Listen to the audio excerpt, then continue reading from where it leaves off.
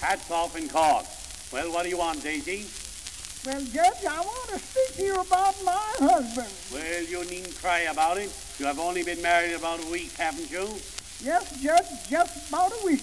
Now, what I want to ask you, what was that you give my husband? A marriage license or a liquor license? That nigger's been drunk ever since we've been married. Tell him if he doesn't stop, I'll put him in the chain gang. Go home. Next case is Steve Steele. You are charged with stealing chickens from Colonel Brown's place. What have you got to say? Well, Judge, I was coming back home from the feed store with an empty bag, and as I passed Colonel Brown's place, I heard a chicken mooning. And you know, I've got a very tender heart, so I went over to the coop to see what was the matter with that bird, and I laid the bag on the floor and examined the chicken, but there was nothing the matter with him. I guess he was talking in his sleep. Then I picked up my bag and started for home, and Officer Regan arrested me. That's all I know, Judge. Do you mean to tell me you didn't know there were chickens in that bag? No, sir, I didn't know. Well, how do you account for the chickens being in that bag? Well, Judge, as I said before, I was coming from the feed store with the empty bag, and there must have been some grain left in that bag, and when I laid it on the floor to examine the chicken, the others must have crawled in to get the grain.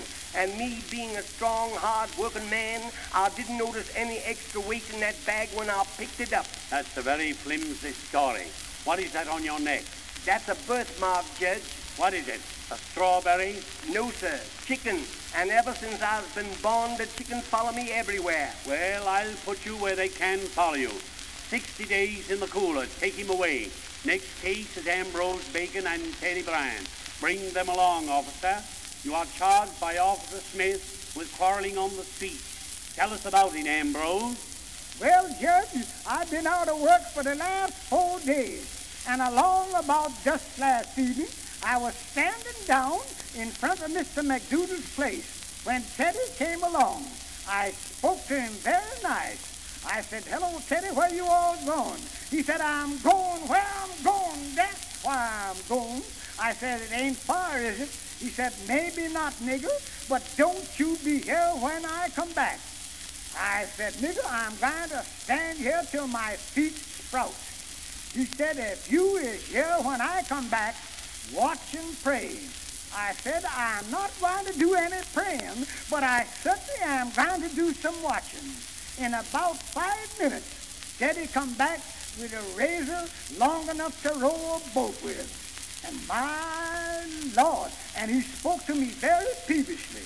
He said, "Ambrose, there's nobody here but you and me, is there?"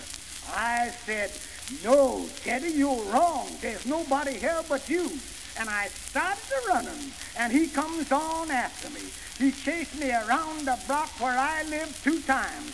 The second time around, my sister Clarabella come out and hollered, "Ambrose, what you all running for?" I said, "Don't ask me now, Clarabella, but have that gate open the next time I comes around." 5 days in the chain gang. Finish your race there. Next is Abraham Hudson. Abraham, you are charged with shooting craps on the premises of Lou Blink.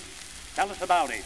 Well, Judge, I wasn't exactly shooting. I was just pushing them around. This is the second time you've been before me on the same charge. Now, the next time I'll lock you up. I'm going to give you just 24 hours to get out of this town. Well, Judge, I'm going to give you 23 of them back. I'm going right now, so goodbye. Officer, bring that nigger back. Now, young man, I'll give you 30 days in the cooler for laughing in court. This court's adjourned until Monday morning.